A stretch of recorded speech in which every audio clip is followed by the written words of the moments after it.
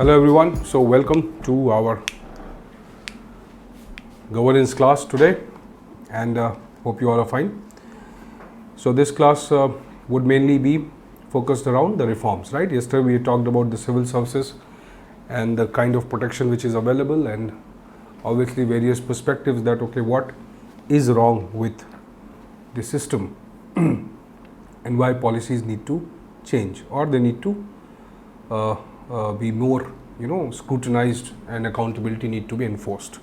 So today we'll be talking about the concepts of accountability and control, what are the need of reforms in civil services and what has been the agenda of reforms, why reforms are necessary and what have been the specific issues which have impacted these reforms.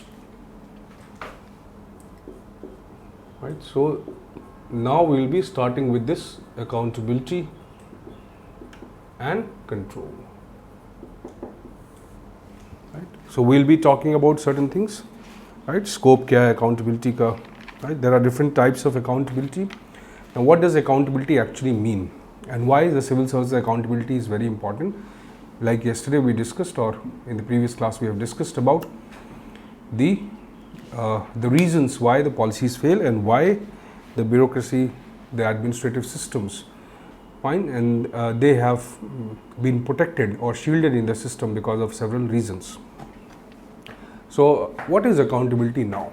So let us say you go to an office, a government office and you are trying to seek an information under RTI, right to information. So you give an application and you submit it to the APIU, the Assistant Public Information Officer, right?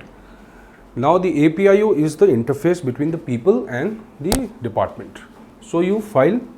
Now you are aware of this law, but you are not very precise about what exactly the kind of information you want, right? But you write your specific need and you send the application. Now over the period of time, obviously they scrutinize it and the law says that within 30 days you must get the information. Now you don't get the information. What will you do? What will you do? You have a mechanism, right, that you will appeal, right? You will give a reminder, you will appeal. The appeal will go to PIU, the Public Information Officer, who is generally the head of the department. Right, now there is a mechanism by which you are going for reviewing your petition or reviewing your application, or you are trying to somewhere exercise your right, fine, of blaming or scrutinizing the public servant who has not given you the information. Now this is the scenario when you have a Right to Information Act. Now imagine that there is no RTI Act, then what would you do? The big question mark, what to do next? Now I don't get the information, what should I do? Now when such kind of scenario is visible or such provisions are extinct or not available, then there is lack of accountability. So accountability would mean the mechanism, the procedure which is established into a system through which people can seek their rights or through which people can raise their complaints and these complaints can be, resolved.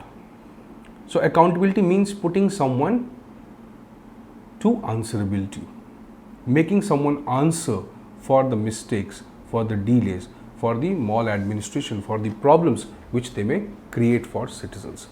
Generally, the concept of accountability, right, is used against the institutions, the legal institutions.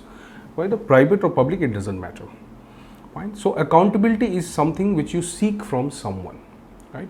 The concept here is that there has to be some legal obligation on somebody, fine, to respond to you. If there is no legal obligation, then the accountability is purely missing. There can also be moral accountability, for example, when you have some answerability to your family or to religion or to culture or to society and likewise, right? So there is a concept of moral accountability also, but when we use the word moral, it becomes more of a responsibility than the accountability. So here we can make a distinction between accountability and responsibility, that responsibility is both legal and moral.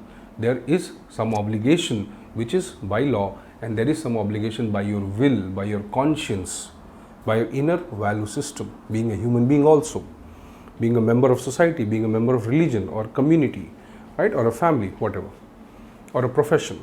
So you have some commitment and you have an answerability, and it's not that you can evade, you cannot avoid this answerability, you have to give the answer. Now when this condition or precondition exists that you have to give the answer, then that is the accountability. If you don't have to give the answer, then accountability is not there. Purely we depend upon your responsibility that, okay, yes, if you're responsive enough, you will give the answer. If you're not, you will not give the answer. Right? So concept of accountability centers around two specific aspects, right? So accountability means what? You can write it. To render an account,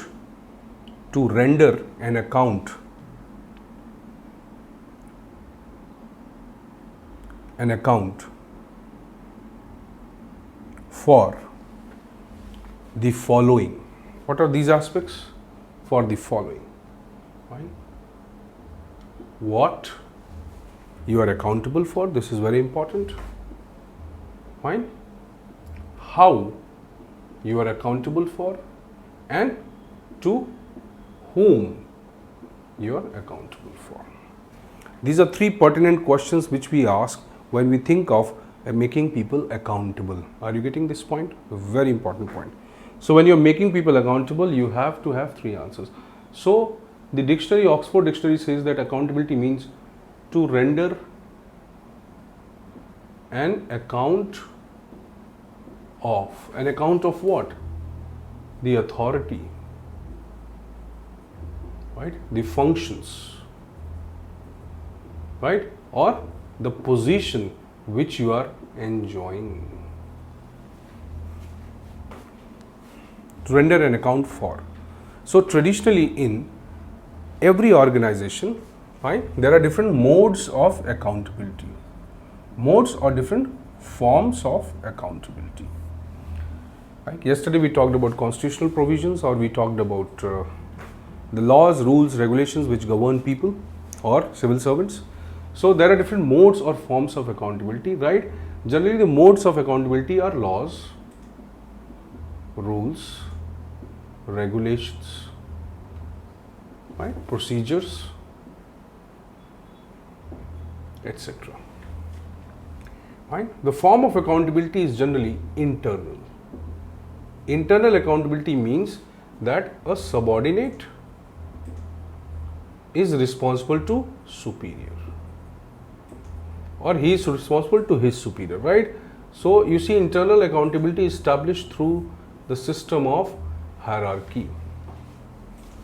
So through a system of hierarchy, through this structure, through this design, you establish a system where the people are accountable to their higher ups or the bosses.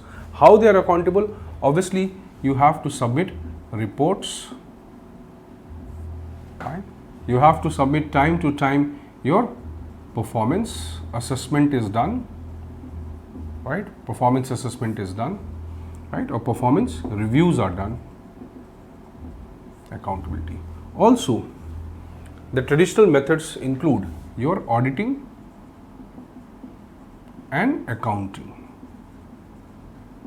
This is also an important way of establishing the accountability. Fine. Also through financial regulation,